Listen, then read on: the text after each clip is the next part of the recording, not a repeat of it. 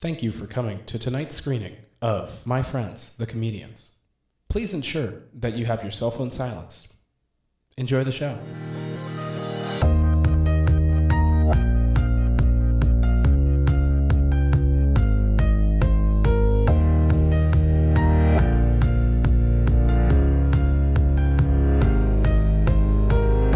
Hello, fellow joke enthusiasts, comedy connoisseurs, and champions of chuckle. Welcome back to the show. If you're new here, my name is Jacob Marscola, and this is My Friends, the Comedians, a podcast where I sit down with a friend and discuss the mysterious, delirious, and unserious realm of comedy. Sitting across from me is a friend of mine who just so happens to be a comedian. He's a fellow senior in He's actually a fellow recent now alumni of Ridiculum, which is crazy to say. He's been a great scene partner of mine for the past 4 years. We've been doing improv. The best and biggest movie buff that I know, Mr. Justin Groel. Hello, hello. Justin's on my show now. Yes, I'm happy to be here. It took me long enough. You interviewed me on a podcast of yours before I interviewed you on a podcast of mine. Yeah. Isn't that weird? It is weird, especially since mine is now defunct. Yours had a season. It had a season of, 6 episodes? Of 6 episodes. It's a strong season. Listen, that's what some Marvel shows do these days. That's what Star Wars shows do these days. It got me a ceiling tile. It got you a ceiling tile, man. I'm excited to have you on this show. Sorry it took so long. No, that was my fault. I was busy the whole time. Well, but also like what sucks is, especially making sure I had a list of people at the beginning, even before I recorded my first episode of this. I was like, I know who I want, and you're on this list, and a bunch of other alumni too. And when alumni are in different places, they dictate your schedule based on so I'm like, I can put Justin and Gianna and Kalechi, who are local, to the side and eventually get to them. And I'm picking that back up now. But thank you for coming on to the show. Yeah, no problem. I'm excited to talk about all things comedy or entertainment in your journey. But before we start, a very important matter to address is something that we do at the beginning of every episode, which is we're going to talk about if your personality, everything about you, if it was distilled into a book on a coffee table, if your personality, you, Justin Groel, or just your interest was a coffee table book, what's on that coffee table book? I can't remember what episode we're on now, but you're going to be putting your book on top of a bunch of other books that have now been placed on my... Oh, Book Jenga? Yeah, Book Jenga, my MFTC coffee table that I have here. But what is your coffee table book? Mine is a book about improv that I've never read, and that's because I like improv and I don't like to read. but it's a book I want to read at some point. Maybe I will. Maybe that'll be my season 2 arc, is that eventually I do read this book. But that's me. Owen had a sports stats book. Noel had 4 different autobiographies from different comedians that he looks up to. It varies in what you could do. Frank had a paper on robots. It's all you can hit any area you want. What is your coffee table book? I guess if I were to mix, my two things that I do here, improv and making films and stuff like that. Probably maybe a manual for a manual for a comedy movie or something like that. Okay. Distilling the two main interests I've been in here. Improv and VTV. So. Absolutely. Yeah. I'm curious. Do you read books often? Did you used to? Have you gotten busy lately? I peruse. You perused, yeah. I perused. Have you ever read a book on film or gotten the chance to read either or a director's biography or something? So I actually this past holiday season I got 2 books actually. Mm-hmm. One is the Filmmaker's Handbook in the Digital Age, which our professor for advanced film actually assigned as our textbook after I had already gotten it. So that was awesome. But then I also have, it's not an autobiography, but it's Quentin Tarantino's book, Cinema Speculation. Interesting. And it's essentially just him sharing his thoughts on a bunch of 60s and 70s films that he grew up with. And just, it's very interesting to just kind of hear his thoughts on it. It's essentially just him, if he were at a party and he was talking about film, he essentially just recorded that conversation and put it in a book. Oh, wow. Interesting. But it's a one-way conversational kind of... Oh, yeah, 100%. Very interesting. But it's very interesting to read. I think, I especially just because I think oftentimes people pit the mediums against each other, a book about movies seems really fun. No, yeah. It seems very interesting. Specifically Quentin Tarantino, he's very big in books as well. Mm-hmm. He adapts like when he writes like he's writing a book, and that ends up becoming a script. But he also publishes books of his stories, like his most recent film, Once Upon a Time in Hollywood, that came out and I think was a best-selling novel as well. Oh, I didn't know that. Okay. And it was different than the movie, but like it was still, the movie. That's very interesting. I think that's a good way to go about it. Because and I've even found myself, even with like writing sketches or something with VTV. Well, sketches is a little different. The point is comedy and like different punches, but like you could get yourself lost in the dialogue of a script or some part of the movie that isn't like the story about it. And so writing it as a book first seems very, very good as a tactic, I'd say. I think it's a great idea, especially for people who are like writer directors, because like you're also going to have to know the vision of what you're putting on paper. And I think by writing a book, you're essentially doing that already in that same process. Yeah, definitely. That's very, very interesting. So your book about how to write a comedy movie, we can put in Quentin's book as well on top of there. There's a foreword. There's a foreword by Quentin Tarantino on the book that you've written. That's the dream, is to eventually write a book where Quentin Tarantino is your foreword. We'll put that on the stack. Okay, the point of this show, Justin, is to talk about each of my guests' comedy journeys. The conundrum of this show is that I've seen most of those journeys, and at least for the most part that I know. But we don't start where I first saw this person.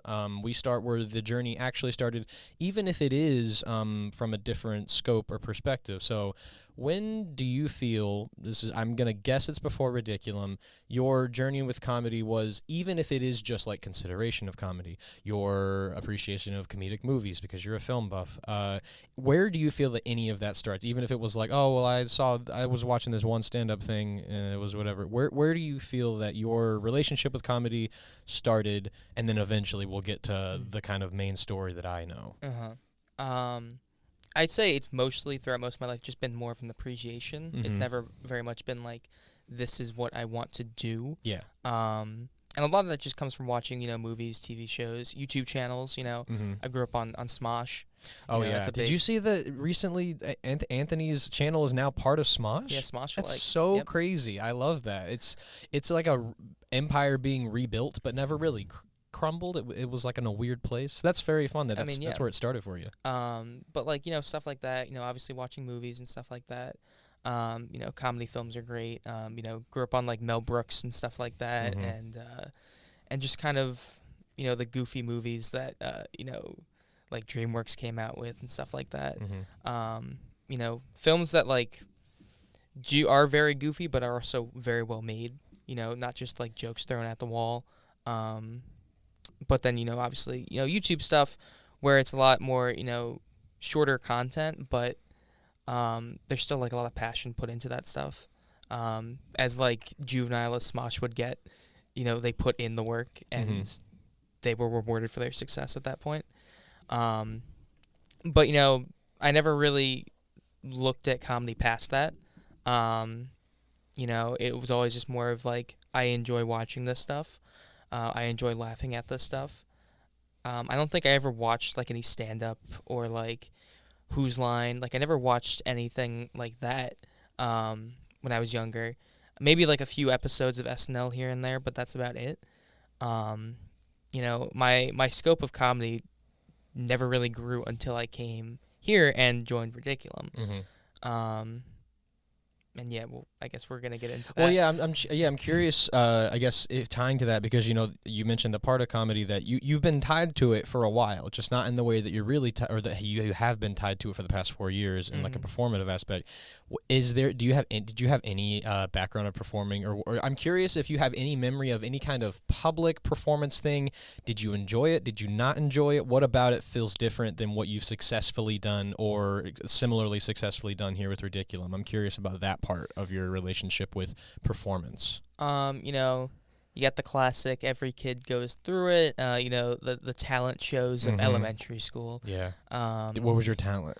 It wasn't a talent. Every year, each grade split into two groups, the boys and the girls, and each choreographed a dance. Fun. And so I think my dances going from kindergarten to third grade would be kung fu fighting, Fun. Then Thriller, I believe Staying Alive, and then Party Rock Anthem. Oh man, what a banger to end on. Well, actually, that was not the ending. 'Cause Oh, the wasn't the ending truly was the ending of Grease.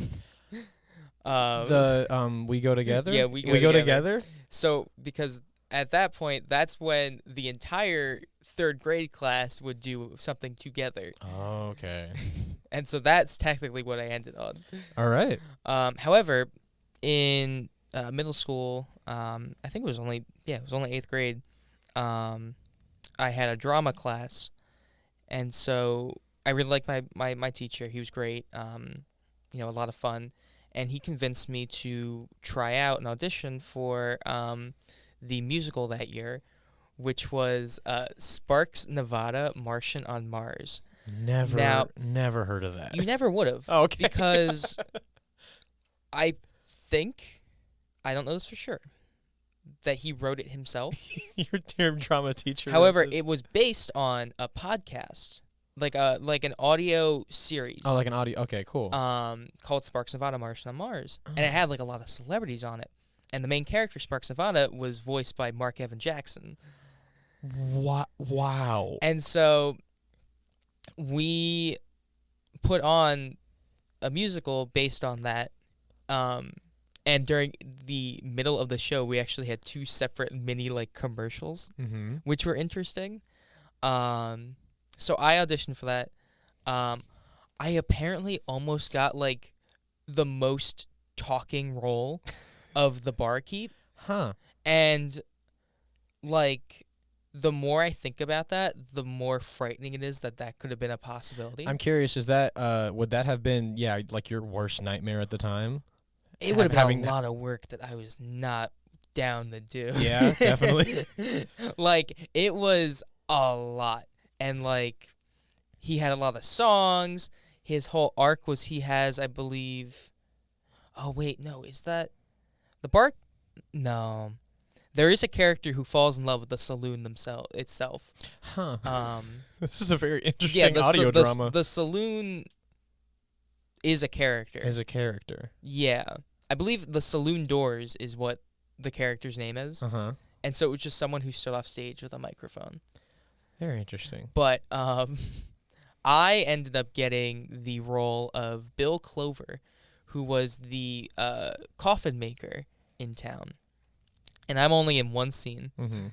And that's all I needed. Because all it was I said hello to the barkeep, I said a few things, and then I was part of a song. That was great. And that was good for you. So that was in the main musical. However, in the smaller bits, I was in the ensemble for all that stuff. Mm-hmm. But there was another thing where it was Gilbert and Sullivan, time traveling something. And there's a pocket watch that they have that's technically advanced. I was the voice of the pocket watch. Ooh. And I had to do some, you know what? I think my name was Colonel TikTok. Colonel TikTok. Yeah, Colonel TikTok. You were a time machine. I was a time machine. That's I spoke. That's very fun. And I had a British accent that was old-timey. Colonel TikTok. Colonel TikTok. That's very interesting. So that was interesting. A lot of fun. It wasn't until we did a performers only show where we extended the story to the promoted 8th graders. The promoted 8th graders. Where we continued kind of the story with our characters. Mm-hmm. And so my character finally got to do his character arc from the series, Mm-hmm. which was I became Marshall for a day. And basically aliens came down and I was like, stop or I'll shoot you. And then I dueled essentially a Dalek from Doctor Who. Oh, yeah. I lost. I died. You died. That was the end of Bill Clover. That is such a... What was the audio drama called? What was it? Sparks, Nevada, Marshall on Mars. That's crazy. And this is your introduction to performance, really. Yes. That's not far off from a run of the mill improv scene, honestly. From there, I didn't do anything else after that. Yeah, so it was that was it. It was nothing until so I'm curious then I mean, so you have this appreciation for comedy through mostly media and movies and YouTube videos and stuff like that. Was there I'm curious because I always have this question, especially with you because you didn't join Ridiculum immediately. What you did immediately join was VTV, which makes total sense. Was there before, because I'm imagining, you know, like how did people pull you into Ridiculum, or how did you start to join Ridiculum? Was it like, oh, well, people I know are in this club, I'm going to join? Did you have any inclination as the year went on, like, I might want to try comedy? Was it purely based on, like, you know what, the people that I like are there? How did you get yourself into this club midway through the year? I think you're doing this just because you know the answer to it. Well, I know like partially answer, but I'm also curious. You know, my job as an interviewer is to dig deep into your comedic brain and past the romantic escapades or motivations. But yes, your now girlfriend was in the club. No, she wasn't actually. Oh shoot, you're right. Wow, no, that's not what. I'm then I don't about. know. Then I don't. Yes, right. You both joined. You joined and then she joined. I joined first. I'll talk to her tomorrow about that. Yeah, but no, actually, why then? I'm saying that you want to talk about this because you're the one who convinced me to join. I am. That's why you wanted to bring this up. Can you talk about specifically because I'm curious as to I really didn't think it'd work. If you're my brain got so jumbled, I really did think, and then I was like, wait, no, you joined before Gianna. Genuinely, but then I did remember. I didn't. But it was. But I'm curious, like what did I say? or what about the club, I guess, that you knew from being in VTV? We're going to get to VTV, though. I don't want to ignore that, but I'm curious as to what made you want to join, and even if it was just, you know what, my friends are there, it's whatever.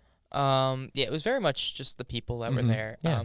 I did not give one lick about comedy at that point. Like, I was like, I'm improv, I'm never going to stand up, what that? No, I'm never going to do that. But then, like, all the cool people that I was hanging out with were like, I've been ridiculous, you should come see our show. I'm like, okay. I never did. I'm sorry. You didn't see a show till you were in one? Yeah. That's awesome. That's kind of funny, though. I bought tickets. You bought? Oh, that sucks that you... I mean, I but think then, you were supporting the club. So I bought tickets for Town. Uh-huh. And then I didn't know where Gary was. That's so fair. I didn't go. That's fair. I remember there was a VTV shoot that was like maybe one of the first shoots that we would in Canon, and I got lost, and so I gave up on that. I was in that video. Wait, yeah, you were in that video. Being a first year, if you get lost somewhere and maybe you're anxious about talking to older people, you're like, you know what? I don't know where it is. I'm just not gonna go. And then the other one was the Cowgirl show. Yes, the Cowgirl show. I just think I didn't want to show up. That's fine. You know what? It was an all right show. I watched it eventually. Thank you. I definitely watched it before I joined. You know, I watched it on YouTube. Yeah, I'm curious. You had your friends with these people that were like join Ridiculum, and you like have an idea of what improv is. How unfamiliar was it when you walked into your first practice and it was like, oh my god, this is, or was it kind of like, I'm understanding it? So I very vividly remember my first practice. It was snowing out. It was very snowy. So I was walking, through the snow, and I get in the Dolan time, and the first person I meet is Jay Dolan. He's sitting right there. He's like, "What's up? Nice to meet you." And you know Jay. And so we just start having that conversation about the weather. More and more people come in, and I know, and I'm like, "Oh, this is cool." And I get up, we do the 3-line scene and stuff like that. I never got the slideshow. You didn't. I didn't get the slideshow until my second semester in Ridiculum. That's right. Yeah. But I sat there and I just watched you guys do improv for the entire practice. I didn't get up. I didn't do anything. I just watched. I was like, this is fun. I'm gonna come back and watch it again. Yeah. So that kind of was it for the next 2 weeks maybe. I didn't do anything. But I remember my first scene. What'd you do? It was Party Quirks. Ooh. Party Quirks was very easy for me as a beginner to go into. All it, none of the onus was on me. Yeah. It was all on. It might have been Noel. Yeah. Noel might have been hosting Party Quirks. But I came in as someone who just won Deal or No Deal. Oh, fun. I was not good. I came in and I was so over the top and very much like giving hints immediately Yeah. that that's what my character was. Like there was no hinting at it. It was just, me and Howie were just hanging out. He just gave me $1 million. I mean, I don't know. I feel like the game of party quirks, there's a range of what you can do, and depending on who you are and who the guesser is, it's up to you what happens. I was guessed immediately, and I left, and I was happy with it. Yeah. From there, though, I got into more and more scenes and stuff Mhm. like that. But I think what helped me get used to it was the fact that they were introduced as games. It Mhm. wasn't like a performance. It was like, we're just going to play a game. Yeah, absolutely. Like, we're just going to play a game. We're just here to have fun and play a game. It's a lot less intimidating when you think of it as just like hanging out at like a party with friends, and Yeah. then you go play the game. Like, and then every show, we also say it's a game. Like, Mhm. other than like long form shows where it's an entire thing, even then at some points, Even though like there's still a game. there's to still the games show. to the show, and so it's that's something I've never really thought about, and I've just said it because the people before us called it games, but it makes a lot of sense. It's a lot less intimidating, and it's also like, if you fuck up, which there's many ways to like fuck up but not really fuck up, and like, it's a game. Like, you can't, it's fun because there are games that you can't really lose either. There's really no Yeah. way. There's no way to lose it. The only way you lose is if you say a joke so bad that you. That you need to get a talking to, Yeah. basically. Yeah, that's the That's only the way only way you lose. and everyone loses in that scenario. Yeah. So before we get ahead of ourselves, and given this is a show called My Friends the Comedians, but as I've talked to other people who have been involved with both VTV and Ridiculum, there absolutely exists comedy in both clubs. Now, one club might be more centered entirely around comedy, but what department were you most involved in when you started with VTV? Was it entertainment, or was it entertainment? That's a one that everyone kind of. It's the easiest to get into. Yeah, definitely. Right away, unless you've done something in high school, which I didn't. Mhm. Like I had no experience. Entertainment was probably the easiest thing to get into. Yeah. Because I didn't have to worry at all. Like everything came from us. Mm-hmm. Like news, I was like, I don't want to go into news. Sports, it's like, I don't want to film sports. Yeah. External, I don't want to get paid. Yeah, internal is like, I don't know what that means. Like, I had no internal existed. I truly I had heard of internal, and I thought, I didn't even know they met. It's definitely, I've understood the importance of it more and more as I've existed in the club. But As you should. honestly, yeah, as I should. With me being, the internal director. former at some internal point. director. Yeah. I think it was when you were internal director too that I was like, I'm gonna start going to these things more, and I understood more about what was important to it. But entertainment, honestly, is like, it's the easiest barrier to entry for definitely VTV is. because also I remember like one of the first things. I can't remember if you were also. I was at the first meeting. I can't remember. I don't know if I was. I think it took me a few weeks. But I remember the first thing I ever did in terms of like a writing session, and I think maybe we were in this writing group, as we tried to write a sketch about a Spanish teacher. Yeah, that was my idea. That was your idea. Yeah, yeah. I've been told later on, and I agree, terrible idea. Well, it didn't reach the light of day, which is like I No, don't it know. didn't, and that's for the best. I guess, yeah. It was like, it was very interesting though to be sitting at that table and learning the dynamic of like pitching jokes for a sketch, Yeah. and it was very interesting. So I don't remember that writing session that Mhm. well. What I do remember very well is something that I'm very proud to say that I had a pretty good hand in as Yeah. a freshman, was Unhinged. Yes, Unhinged. Most of the credit obviously goes to, Mister and stuff like that. But like I feel proud like knowing like a lot of things that got into the film, also were suggestions that I threw out there. Mm-hmm. And I'm very happy about that. And as much as that was like a horror-esque film, there was a lot of comedy in that. And a lot of that came from just like figuring out jokes of like, okay, how did these people die? Mhm. And it was the goofiest things we could ever imagine. Incredibly slapstick. I loved it. I mean, Yeah. it was super fun to make. Was that your first VTV shoot to be on, or had you done something before? I had done the spicy chicken The sandwich. spicy chicken sandwich was your first shoot. That was and mine. I was in that. You were in that. That was mine and Isabella's first shoot, Unhinged. I think I could be wrong. Isabella might have been filming. She might have been filming Spicy Chicken. So maybe my first time on camera for VTV. But Unhinged was a great. Yeah, the Spicy Chicken Sandwich, I think I was supposed to help with crew. I don't think I was supposed to be on camera. I wasn't supposed to be You on weren't camera supposed to either. be on camera. But I was, and I became extremely memeable. Yeah, absolutely. It was such a fun video. I got lost on the way to Canada and I gave up. And then later that night went to a ridiculous party in the same place, but I just was more determined to get there at that point. But yeah, no, Unhinged. I can't remember exactly if I was there specifically for writing it or anything. I'm sure even if I was, I probably wasn't contributing too much at that point yet. But I loved making it. It was so fun. Yeah, the other thing about Unhinged was that that was when we put out Google Forms for like casting. Yeah. And it was like, oh, okay, so who wants to play these characters? Mhm. And we'd fill out who you'd be interested in playing. I, as a freshman, I was like, fuck it, I'm gonna fill out all of them. Whoever we need, I'll be. Mhm.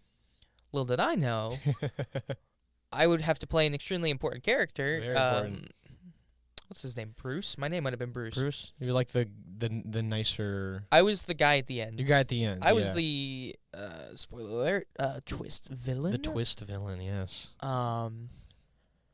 So that was interesting because the whole thing of Unhinged was like, oh yeah, this girl is like going on a dating app and she's killing all the people that she finds on there, and so it was extremely awkward for me, Mm-hmm.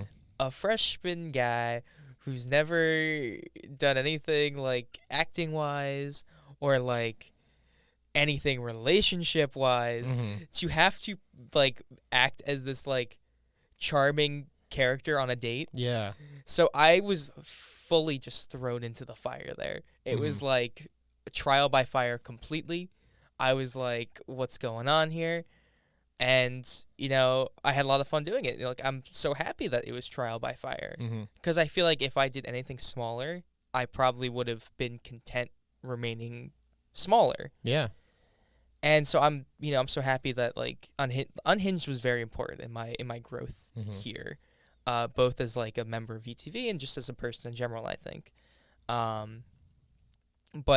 obviously working with Andrew Mister, closely in that also led into Ridiculum and stuff like that. Yeah, the pipeline. I love when it's there's no other really, but I love that the pipeline between VTV and Ridiculum exists. It exists specifically because it's where Ridiculum came from, like a meeting. But the amount of people that I was sort of opposite story of you, where I was like, I don't know about VTV and film. I was interested in film. I think I came into college a little more interested in film than I am now at this point.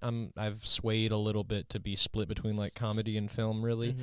But I came in and I was like, I don't know, it's a little intimidating. I'll wait till I take a class. I'll understand how to do things, which as a funny thing, I really have learned more from the sort of loose nature of doing production with VTV as opposed to like a class telling me exactly what to do. I've learned a lot more from that, which made me prepare for those classes.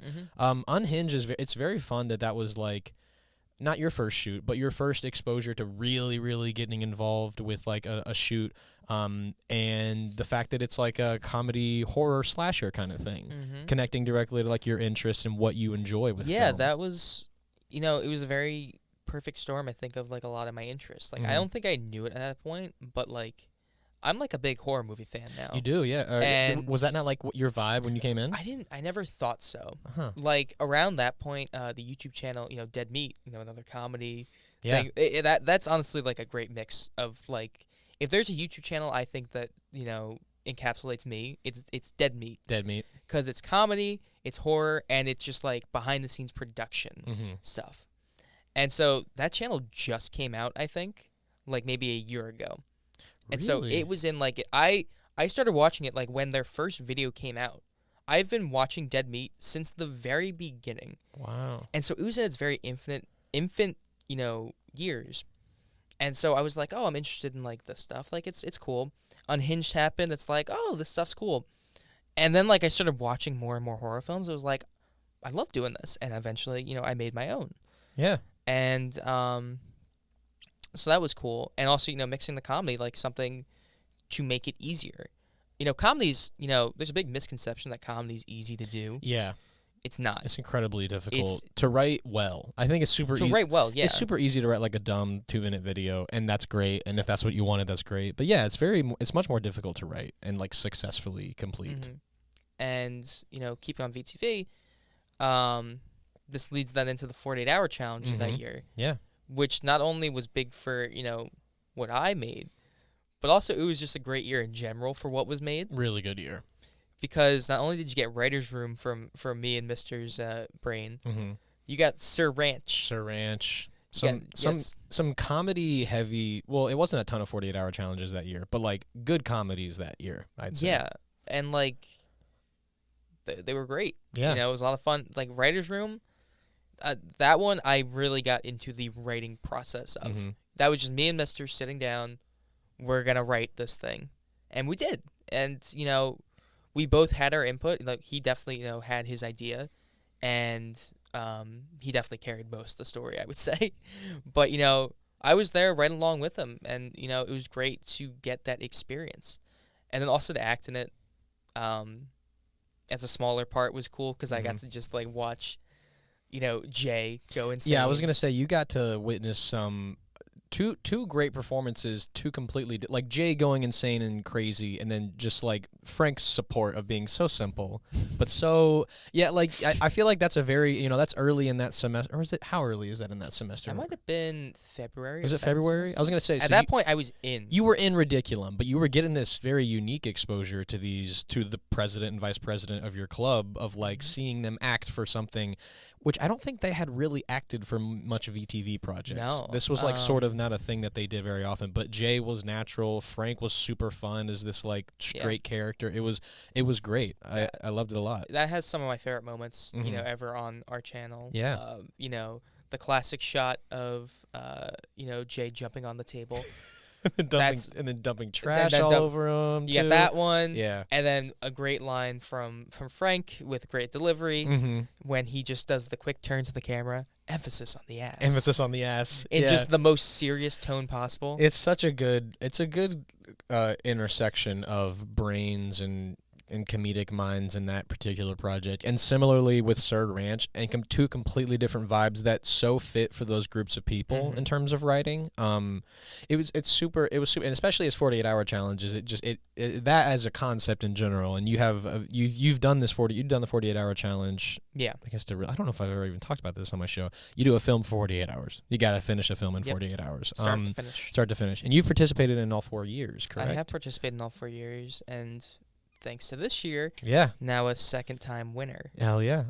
He won for Writer's Room, and then we won for the Most Dangerous Game this year. Yes. And it was super fun to do. Total shift from the first time you did a 48-hour challenge. Doing a funny, goofy comedy, and then doing just like... And I do think it's probably... It probably is like... It narratively makes sense, especially because you said, you didn't really start... I don't know, like... You've also learned stuff from classes, and you've done more with VTV, and so your first project being something that's like heavy on the writing and the jokes and how and the concept, and then at the end, like there was one line. It was the line that was required for this 48-hour challenge, but most of the delivery and the content of it was just how good it looked. We won best screenplay for it. Yeah. Which was very and I get how that can happen. I don't think it's to say that like we didn't have a screenplay. I just don't think we had anything physical that necessarily showed that we had a screenplay. Yeah. Like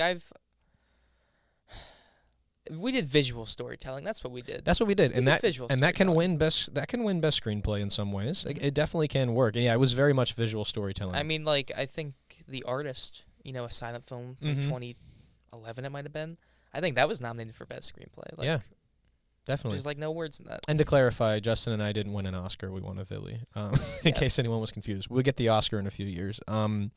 Yeah, and also I guess if we're talking about 48-hour challenge, Hoyt and Tapper was super fun. Something we did last year. Was it last year? That was not last year. 2 years. That was sophomore year. Sophomore year. Oh my god. Because junior year was when I did As You Sleep. That's right. Yeah, I've only participated in 2 48-hour challenges, both with Justin. Well, the first time with Justin, and this year, the second time I did it, I was like, it just makes sense, I guess, to work with people I know, and I'll just work with Justin again. Hoyt and Tapper was so fun. It was fun to do. It was super.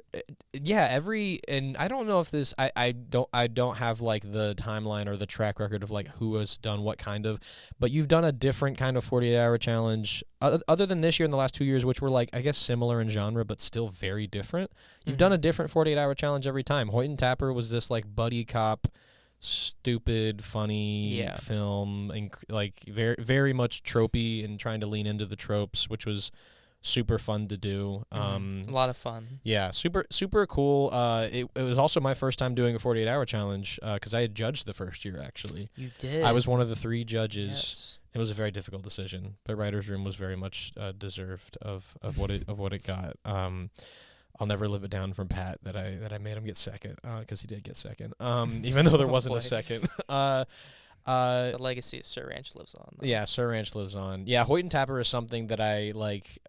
There's been and we can talk about this too right now. There's been so many VTV projects of like, well, we'll make a sequel, or like we'll make this, and so many get lost to the ether. And Hoyt and Tapper is something where like at any point in my life, if I had the time, I would pick it up and be like, let's make a second one. We could do that at any point in our life. We could do that at any point in our life. We could be 60-year-old men. In fact, I think it would be funnier if if Hoyt and Tapper 2 is when we look like drastically different. It would be so like I have a true detective mustache, and that's something I was working on for a few weeks. I think it was a very fun project. Comedy and working on like sketches in VTV, would you say that, especially because as you've gone up the ranks in VTV as now the former president of VTV, do you think that you were bouncing around in terms of what you were trying to work on when you were, or was like comedy sketches something that you were like, oh, I always want to make this, or were you always like, I kind of want to make something more serious for VTV sometimes? Where did your brain bounce around in the years that you've been in the club? I think for me, it was just like what I normally came up with a concept first. It's like, what's the concept? Yeah. And that's just where I start. From there, it's like, okay, I'm going to build this out. And in that process, you kind of find what voice you need to be using. Like for something like Writer's Room, where Joe Biden dies of dysentery. He dies of dysentery. He shits himself to death. That's going to be comedy 100% of the way. Yeah. Something like Hoyt and Tapper, that could have went either way. We could have made that serious. We could have made that serious. We could have made that goofy. Yeah. But, as we were making it, it was like, no, this is going to be funny. Yeah, because you could, we went like a nice guy, or not nice guys. We went, or it was we talked about nice guys. I was also trying to say the other guys. We sort of both of those vibes in a way. The guys. We went a guy's way. But we also could have gone like Heat. Like we could have gone something a little more serious. We could have went like that. We could have went more like Sherlock Holmes. Yeah, definitely. We were also very influenced by Sabotage, I think. Sabotage was really in our minds there. So it definitely. So you're saying like the concept can kind of direct what direction in terms of genre or voice you go. Yeah, and then like with Slasher, it could have been a horror comedy as I wrote that. However, the reason it wasn't was because of how the idea came to me. And I think that's also part of it, is how do these ideas manifest? Why do they exist? And so Slasher came about was because I had a nightmare about this just white mask. Ooh, okay. And I was like, I need to build out something from this white mask. And I did. And, it was serious, and, I'm very proud of that one. Yeah, I think it's great. It was super fun to work on. It was 18-minute film too. 18-minute too. I definitely, and I like saw the length of the script, and I feel like also this is my experience. I don't know if you feel this way, but every time I like with the keyboard this year, every time I write a script, I'm like, I know how long this will be, and then I don't. Even if I like format the script how scripts are supposed to go, and that's usually supposed to tell you like about how long it's going to be, I never really know. Wasn't expecting it to be an 18-minute film. It was great. Yeah, because the thing that you don't account for is like the non-dialogue stuff. Like you could have maybe 2 lines in a script that's like, these are the actions that are going to happen. That could take 5 minutes. That could take a lot. Yeah, it could take a lot to do, especially if you're descriptive with it on the script. Then you're like, well, I got to honor these descriptions. I got to put every detail in. I can't just rush through this fight. Like that's. And as I've learned, that's not what you're supposed to do.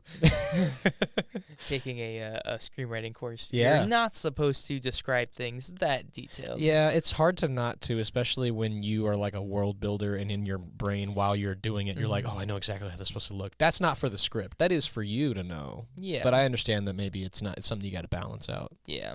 Definitely. So we're gonna jump. I've done this with Miguel and Pat, all these like VTV ridiculum two timers or whatever. But we're gonna jump. I'm curious about how you felt about your first ridiculum improv show, if you remember it at all, because I black out on stage a lot, and if I didn't watch our shows back on YouTube, I wouldn't really remember how I felt. Mm-hmm. But I believe if I'm correct, was your first show the cat show? No. Well, okay. That was my first good show. Okay. Was it the Nova Dance show that was your first show? I can't remember. Oh, wait. Is the cat show and the Nova Dance show different? I think they're different. The Nova Dance show didn't get filmed. I think my first show was the cat show. Was the cat show. We were all wearing my blue. Nova Dance show was my first good was show. what you really and we didn't liked. film that, so we have no proof. Yeah, we have no proof. We have no proof that Justin has ever done any fun But improv. I don't remember my first show. Not too much? I don't. I remember, though, that I was only in one game. No, Yeah. I might have been in 2 games. Maybe 2. It might have been 2. Yeah. It might have been 2. 2 was about the standard. At least I remember that year because there was a good amount of us new people. There was a lot. That was about the standard that a new person would get, I think, when they would do their first show. Because I think I was surprised because I think there were people in the club longer that only got 1 game. Mhm. And I think that's what I remember most is that I Really? got 2 games when some people got 1. I don't know what those games were, though. People that you felt like, oh, you should have gotten Yeah. more games. Yeah, it's very interesting. I think I likely in a Party Quirks. Probably in party Likely. courts. Yeah. The other game, Couldn't tell you. Clap Down the Line, maybe. Maybe that's a good one to put a new member in. I can't remember. It is filmed, but I guess we don't have to talk about that one. If you want to talk about, especially the Nova Dance show, the one that you feel was your first best one and that you remember, what did you enjoy about that show? How did it feel translating from practice to stage? I remember everyone hated that show. Really? Like, and everyone was like, I did so bad in that show. I did so bad. I left that show being like, guys, I thought I did pretty good. Yeah. But I remember that show because I only remember one scene I was in. Mm-hmm. And it was Game Changer that Frank... It's the first time Ridiculum did Game First Changer. time, Yeah. Yep. And it was me and Jay. Uh-huh. Jay had never played Game Changer before. This was his first time playing Game Changer. You had done it a few times in practice. I'd done that maybe once. Frank introduced it, and you seemed to really, I really enjoy liked it. Yeah. And I believe we were at a doctor's office. Mm-hmm. And I was the doctor, Jay was the patient. And I kept giving him ailments. Mm-hmm. I gave him knees that were backwards and spaghetti arms. Spaghetti. And we went through the Game Changer and stuff like that. And I believe this was the first instance that Chili's was accepted Really? because it was, let's change up the location. You're no longer in a doctor's office. Where are you? Chili's. You guys are at Chili's. You're at Chili's. So then I became the hostess, and Yeah. Very fun. That's a fun first game to do, especially that's incredibly. It's not your not your first game, my bad, but like your first show that you remember much of, and that you. Because I was gonna say, I feel like even though you have a first show, your first show that you remember / feel good about you could put that in headcanon as your first show, especially being a game we had never done before. First time Ridiculum did that on stage, and we didn't do it too often that year, or even the year after. We started to do it a lot last year. Yeah, but I don't have. When do we ever do it in shows? We've done it in shows. We did it in shows this year. For context, because every time we bring up a Game Changer essentially is that just you do a scene and the caller can change anything and everything about what's going on, either from suggestions of the audience or from their own brain. I think we've done that. We've done that on stage. I mean, I know we did. I think we did it for a Civil War show. I could be wrong on that. Maybe. We've done it, I think, more than you realize, and it might have just been in the more recent years. Maybe. We definitely did it this year. But it's a fun game. It's really cool. What I enjoy about that too is it's especially in the more recent years of us doing it, even in practice, you and Owen often are doing it together, and I've called it. What I really enjoy is it is possibly the truest test of someone's ability to do improv all three of them, not just the two people on stage. Calling that game, calling is tough. Calling it is tough because you realize you could be reckless and careless and just give them whatever you want and say, oh, they're improvisers, they can do what they want, which is a test. Whatever I give you, you have to take on. But it's also a test to improvise, knowing what an improviser really needs on stage and giving it to them. Because sometimes you'll give them something that's like, we truly can't do anything entertaining with this, but we're going to have to now because it's yes and so I think it's a very spontaneous game. It's a game that really does test how quickly you can think, both the caller and the people on stage. I think it's a very interesting one. I can't believe that was one of your first show games. It's very fun. This was also during the era where I think had contradictory thoughts on things to like other people. So like you were trying to figure out how to mesh with someone's brain on stage? No. Explain to me then. I'm going to Explain, yeah. So, like I said with the Nova Dance show, everyone thought they did terrible. Mm-hmm. I was like, I thought I did pretty good. Uh-huh. I believe maybe it might have been 2 weeks after this. We had the workshop. Oh, yes, the workshop. And everyone was like, I didn't like it.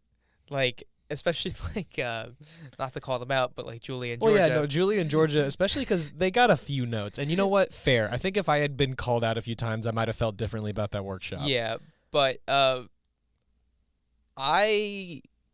was the first time I felt like I belonged in Ridiculum. Really? Because we did Foursquare. That was the first introduction to Foursquare. Of Foursquare to our club. Kristen Finger gave us Foursquare. Yes, she did. And I was in that Foursquare. Yeah. And, I felt really good about it. But it wasn't until, I remember Becca specifically pointing out that this was, the first time that it looked like I felt comfortable and it looked like I, knew exactly what to do. Mm-hmm. I felt really good about that. Yeah. It made me sort of realize that, I belong here in Ridiculum now. Very cool. I can do this stuff. I love that. I love that. And you're right. I feel like it was not a contentious, but some people felt differently about that workshop. I think part of it was also it was started with you getting out in Assassins twice. Yeah, I was. So yeah, you got. My presence, not necessarily me, really disrupted that, and especially I felt bad because the person that was running the workshop, Kristen, was like, "Is that going to keep happening? I just want to teach you guys improv." And it seemed like she was really ready to do it, but it just kept getting interrupted. Yeah, the first one was someone opened the door and hit you with a sock. Yeah, right? Cameron got me for my dorm Assassins. The second one I think was funnier though. Yeah. Miguel budged in and slapped me with a big wooden spoon. And then he's like, "Oh, hey, sorry guys, I'm late." And then he came in. And then he joined the practice, which is like a crazy perspective shift. Yeah, I really enjoyed it too. I felt weird, especially being a younger person, in the aftermath of that workshop, and a lot of people were saying I don't know about that. And I don't know if it honestly, it also might have been different. I don't know if it's because some people had been in Ridiculum a little longer, and it is weird to get notes from a professional improviser, and they say, "Hey, you didn't do this too right," or they're giving you just a lot of stuff to switch up and change. But I enjoyed it. I think possibly because, was it earlier in the year, or was that closer to Civil War? Actually, it's close to Civil War. Okay, well then maybe it just at that point I was like, oh, this is like a class. It felt more like a class, which I enjoyed the atmosphere of, something that I really want to actually get into wherever I find myself in terms of work. I can't wait to get into an improv class, and I want my improv to be torn apart. I want to be told, this is what you could be doing, this is what you're doing wrong a little bit, this is what's great about it. Yeah, because it wasn't all notes and critiques. No, it wasn't. Sometimes I did something, and this person who we were paying to do improv with us, who I would consider a professional at that point, and she is, I was like, oh, that's awesome. I love that I got any kind of note, and I love that it spawned Foursquare for us. Big game for us. Big game for Ridiculum. Big year where we introduced games. We introduced some good games. I think the last game we introduced was Objection, yeah. Did that come in that year, or was that came in next year? I brought it in next year. Yeah, you brought it in that year. And top that. Yeah, no, there was. I love it when a new game comes in as well. That's a big one for this year was Workshop. No, that is the last game. Workshop. Sorry, that was okay. Yeah, I thought you were saying the last one of that year. No, Workshop, which comes from our advisor, Kevin Esmond, and it was just a fun little goofy thing that he did in my improv class, and I was like, guys, Kevin did this really cool thing, and we got to do it. And then I think it's fun. I love it when stuff gets introduced like that. Let's fast forward a little bit, or actually, we could fast forward. Or I'm curious about now that you've done 4 of them, your thoughts on Civil War, the show that we do, on just like how you felt about the ones that you've been in, the concept in general. If you felt like you've grown, if you enjoy that aspect, or if you maybe prefer a more all cast show and it's not completely competitive. My thoughts on Civil War were that I liked the middle 2 the most, or maybe the first 2, probably the middle 2 though. And I think that might just be because of where I was at in the club at that point. Like freshman year, I was a freshman, I was still new, but Civil War was new, and so it was still kind of in its. We were all trying to figure it out. Everyone was trying to figure it out, so it was a little like as fun as it was still a little rough in trying to figure out what's the format of this. How can we make this better next year? Yeah. And I think we found that answer next year, and the following year. And that was a lot of fun. You know, I had some of my favorite scenes. Year 2, I think, is my all-time favorite, though, because the What's It Like round was awesome. Good amount of prompts, Not ending, but with the biggest highlight of Pat and I, Lady and the Tramp kissing a submarine sandwich. You kissed on stage. That was great. It was there was some good moments. I feel like, especially when, I don't know what it is about, especially from the perspective of writing a lot of stuff for What's It Like.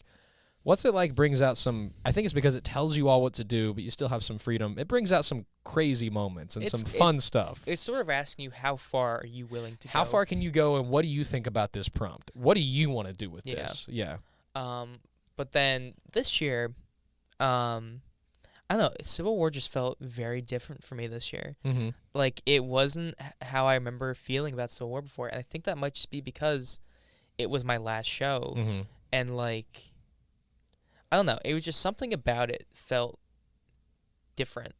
Yeah. It might have been a lot of it, maybe also being, like, it was really the unks versus the new generation. It really was, yeah. Yeah, we had a lot of, it felt, especially because last year we didn't really get new people. We had some new people, and like sophomore year we did get new people, but I didn't have the perspective, and you didn't have the perspective of being like a leader of the club and getting new people. This was the first time this year that we had done that, and so the feel of the cast was different. Yeah, because another thing, the whole cast was either you're a senior or a freshman. Basically. There was nothing in between. Nothing in between. I think that might have also added to the perspective I had on it, was the fact that it was really just the first time people were doing it and the last time people were doing it. Yeah. There was no people in between to be like, I've done this before. It's not my last show. I'm entirely comfortable to do whatever I want. Yeah, this was a very polarized, and not in a negative way, but in terms of like, are you a young one or an old one? A very polarized year, just based on like turnout from last year and how that bumps over to what happens this year. So it is like the young group and the old group doing a show together. I think they also carried over into our crowd as well. Yeah, it was either definitely. The alumni who came to see the older cast, or all the friends of the new people that I've never seen before in my entire life. Yeah, so all these elements, it just feels different for you, or like this show specifically was just like, this is, and I think whether positive or negative, just because it felt different in certain game choices that we did and different prompts that I put in the show, it did feel like it stood out or separated itself a little bit from the other shows. It definitely felt very different. However, it did, I think, have probably my favorite moment in any show I've done. Getting hit in the face with a shoe. Yeah, getting hit in the face with a shoe. You know, it's a legendary moment. In your last bell curve. In my last ever improv scene on stage. Yeah. I was hit with a shoe by an alumni. Your own shoe. No.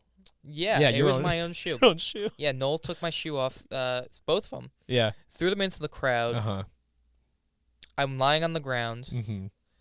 I lean up to get up for the scene, and I get hit in the nose with my shoe. Thank fucking God your glasses didn't break. Like, it was my glasses wouldn't have broken. Oh, okay. Well, also, like, Owen, Nate, and I were on stage, didn't see it coming until we saw you, like, flinch, I think, and then we were like, what was that? And then it was just, like, so crazy. Yeah, you're going to have to interrogate Clutch when she comes on here, because she's still not fessing up to it. I talked to her last week, and she didn't mention anything else about. No, but, we played Blood on the Clock Tower together. We cornered her. Yeah.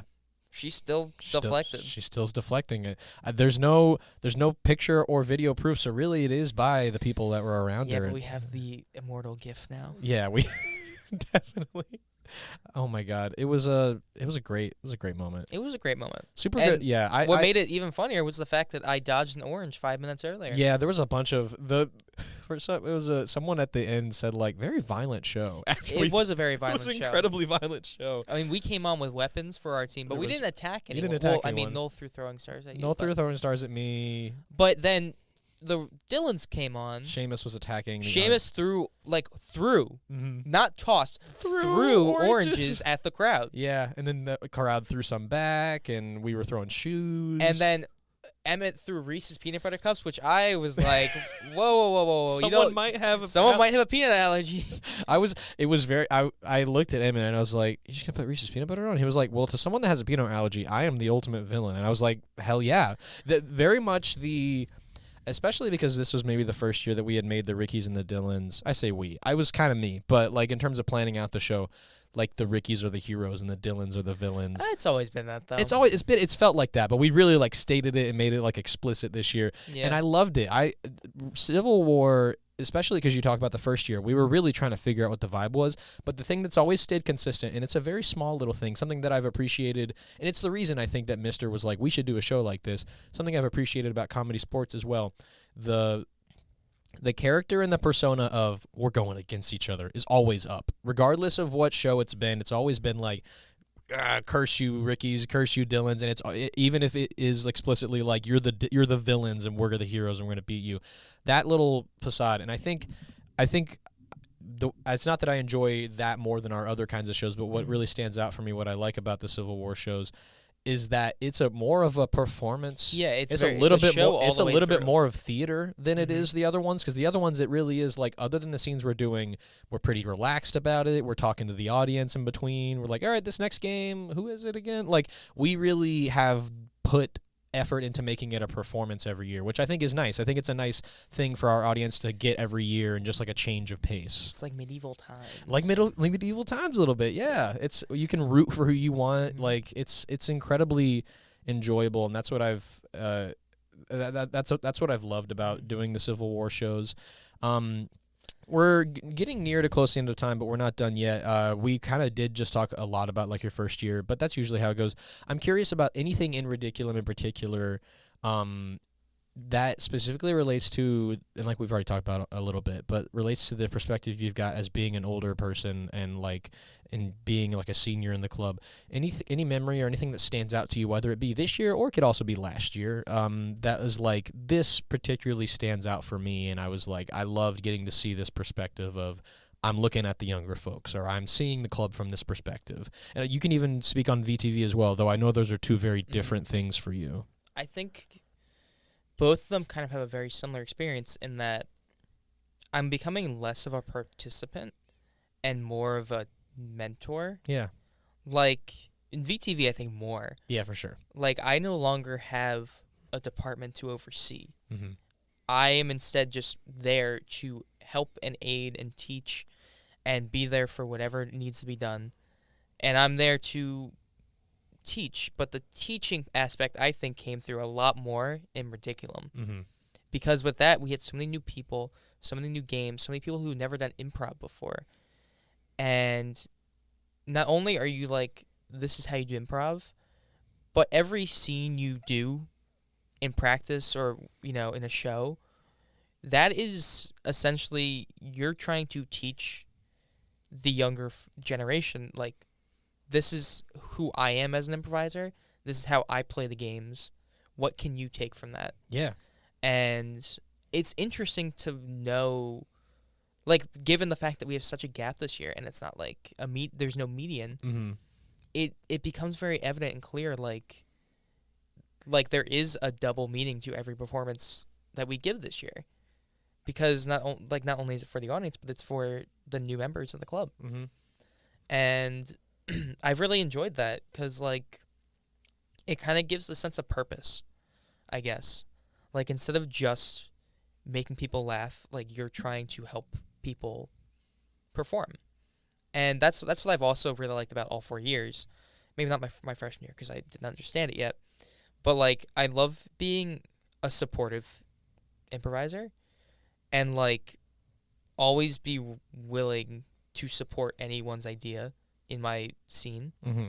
Like I will gladly take a back seat if I know that I can push the scene partner I'm with to greatness. Like I am fully willing to take that back seat if it means that they get the biggest laugh of the night. Yeah, I mean it feels so great. This actually you've somehow managed to weasel your way back door into the one like question I had prepared for you, and it relates to this idea of like supporting in a scene rather than initiating or choosing when you don't want to initiate. Owen and I in conversation and talking about us three, me, you, and him, have and we've talked about with you before.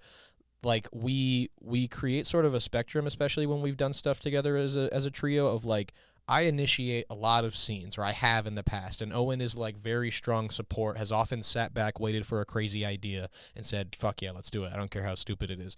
And you fall in this in between because though you're saying a lot of like, you know, you do a lot of support and you enjoy that a lot, there have been times where it's like, especially if you're in a scene with a new person, they don't know how to initiate or they don't know how to start something, and you've started things just as often and made it like crazy and fun to play with, and in a way kind of backwards supported and giving them something easy to latch onto. And I guess you kind of just answered my question a little bit, but in terms of talking about this like spectrum that you, me, and Owen fall on, where do you see yourself enjoying more doing? Like I know you just said you enjoy supporting a lot, but what's your perspective on like initiating or starting stuff, taking that lead role? I think you hit it on the head there with it being like a backdoor like support. Mm-hmm. Like it may seem like I'm trying to take the spotlight, but in reality, it's like I'm trying to support my castmates as much as possible. Definitely. Because I think a scene really, it doesn't rely on one person. It relies on the interaction between everyone in the scene. Like one person may be doing the best character ever, but if there's no interaction or relationship that is enjoyable in the scene, that scene falls flat. Mm-hmm. And we talked about this, hypothetical Justin in Bell Curve in our very last practice. Yeah. And it was brought up that I start a lot of Bell Curves. Yeah, but it's also like, yeah, go ahead. I guess talk about it. So yeah. I start off a lot of Bell Curves. Yeah, you do. And that, I think, it's not, there is a selfish aspect to it in that, like, I have an idea for this first thing, number one. Mm-hmm. Number two, I'm too scared to figure out when to clap in. Yeah, it's a tough thing to do. However, I think the main reason I do it, though, is because I want to be in all 5 scenes, and I want to help everyone in all 5 scenes. Yeah. Like, the first scene, I'm just by myself. But even in that, I will try and do things in, like, a weird way to give kind of a clap-in moment. Yeah. And then from there, like, I will... Whatever idea this next person comes in with, I'm jumping in 100%. Like, I'm going to be there for the entire stretch of Bell Curve. I'm going to give my 100% to everything that each person comes in with. And I'm going to make sure that none of these scenes fall flat because it doesn't seem like anyone's believing in this idea. Yeah. And so I love doing that. But, there's also the opposite end of the spectrum of non-support where it's like, sometimes I just love, stealing the spotlight just a little bit. Oh, if you have a good idea, it feels so good to do it. Mm-hmm. I mean, that's the reason. When I had this conversation with Owen, and he brought this up, and he like posed it to me. He was like, "You, me, and Justin, this is where we lie." And I was like, "Holy fuck, you're right." And I didn't really realize that. And I think I initiate a lot because of especially in the context of Bell Curve. And it's a very, I think 100% I agree and am very understanding of that perspective of like starting Bell Curves a lot. One, because oftentimes to have that first idea is a little intimidating, hard to do, especially if you're newer. But yeah, being in each scene is, one, it's fun, and it's fine to be like that kind of selfish on stage because I love being in all 5 scenes in Bell Curve. I get to be there the whole time, do different stuff. Yep. I'm not stuck in this one scene that I have to do and then that's it and I leave. But also supporting people. It's incredibly fun, and I think I get the most excited in Bell Curve when someone claps. One, because maybe they left us out there to dry for a little bit and then they clap and I'm like, thank God we're moving on to something else. But also because like I got no idea what the idea is going to be, but I think it's going to be fun. And I know it's going to be fun because we've casted the show. We know who's in Bell Curve. I know the people in Bell Curve are going to give me something cool to play with. Yeah, my favorite part is always the first line after the clap, Yeah. because it's always gonna be something wild. It's something wild. It's something. Yeah. It just it's like a matter of fact statement. Mm-hmm. Like, I think I'm most excited whenever Nate claps in, Oh, yeah. because whenever Nate claps in, he's gonna say the wackiest shit ever, Wackiest or specific. and it's gonna be either super hyper specific, or, yeah. or it's gonna be the most insane thing a person has ever said Mhm. in the con cinema, Yeah. and just from there, it informs that the scene is just gonna be insanely goofy, and that's always so much fun. Yeah, it's super fun thinking about that progression, especially in bell curve, because sometimes, and it makes sense, especially if you're having a hard time finding an idea. Go simple, or like, oh, we're skiing. It is fun when I hear a clap and I see that Nate walks in. It's like, this is gonna be some scene from a movie, or this is gonna be like, what did we do? Did we do Hamlet in our last bell curve? Was that what Yeah. that? Yeah, it was like the Hamlet ghosts. Or was it Macbeth? Macbeth, maybe it was Macbeth, but I think I was holding a skull, and that's from Hamlet. Yeah, you were like, it looks like Hamlet has joined Macbeth. Hamlet has joined Macbeth. But then you also get something like, we're all in a human centipede. Yeah, and it's it's very, you bring up a really good point, and like that gets really exciting when someone with a insane bombastic idea that isn't necessarily what has been introduced so far in bell curve comes in. Yeah. Yeah. Yeah. And then as I was saying before, on the other side of the spectrum, like just coming in with a character and stuff like that, like I like doing eulogy a lot, Mm-hmm. and whenever I do eulogy, I'm gonna be that last person. Mm-hmm. I will fight to be that last person. You like being the because last I person. love having that space to not only be informed by the other people, like I guess I'm leading into the support thing again, where it's like I'm supporting the ideas that came No, but before. it's a form of, and I guess that's like opposite of initiating, but it is taking a very important role in eulogy to be last, because you got to tie it all together. And while that might seem again like it's like, well, I want to take the most important role, it's a very difficult role, and it is a big support role because you have to somehow justify the two other stories that have been given. Yeah, but I really like though taking on just a wacky character. Like I think the last eulogy we did in the show, Mm-hmm. I was a pirate who was supporting Noel's underwater basket weaving hobby. Mm-hmm. And I just love to have that moment where, like, I get to be my character. I get to introduce myself. I get to introduce my relationship. But I also get to have that juicy, juicy moment of being like, and I was there when they died. It's such a good. And this is what happened. It's so and fun. to revel in that is just so much fun. Mm-hmm. Actually, but, like, I'm also realizing a lot of the things that I take center stage on and, like, revel in are pretty difficult things. Yeah. Because the other one that came to mind to me was Two Line. Two line, yeah. Taking the unrestricted. As much as I bitch and moan about Two Line, I secretly love it. Yeah. I love to be the Two Line unrestricted. It's I think, especially in the practice space, and I have this similar relationship, not incredibly similar, but like with guessing for party quirks, which is also something you do a lot of. While it's very challenging to me, and I've avoided it for the majority of my time, Ridiculum. Every time I do it, I'm like, well, I enjoy how challenging this is going to be. Like, I do think it's fun. And in the way that you're saying, like with Two Line, it's very difficult to be unrestricted. And yeah, at times you're going to be like, what the fuck am I supposed to do with this? I only have these like 2 lines from each people. But I like that you're like, I like doing this because it's the harder thing to do. And when you're in an improv scene, that doesn't necessarily, it's different than like, oh, well, I'm going to do the harder lift in a weight room, and that's just going to be pain. And eventually but in the similar way of like, you'll get better from doing that very difficult part. Someone has to do it. Yeah, and like doing something like Two Line, like it really helps with support, like learning how to set up your partners, and not just Two Line, but in other scenes. Like with that, like you know what their lines are, set them up for lines, and then that kind of carries over into like scenes where it's like you know their character. How can you support their character? What can you lob up to them that they can hit a home run for? Mm-hmm.